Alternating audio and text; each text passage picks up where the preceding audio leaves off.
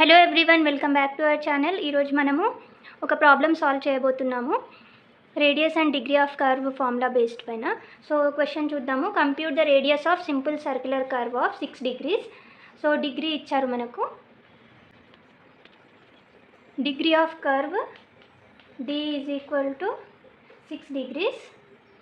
It is used in the alignment of a highway taking unit chord or arc length as 30 meters.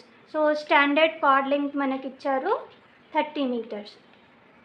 Formula card length 30 meters ఉంది కాబట్టి formula degree of curve D is equal to 1718.9 by r meters. So మనం find out చేయాల్సింది radius. Then r is equal to 1718.9 by d is equal to 1718.9 by d value 6 degrees.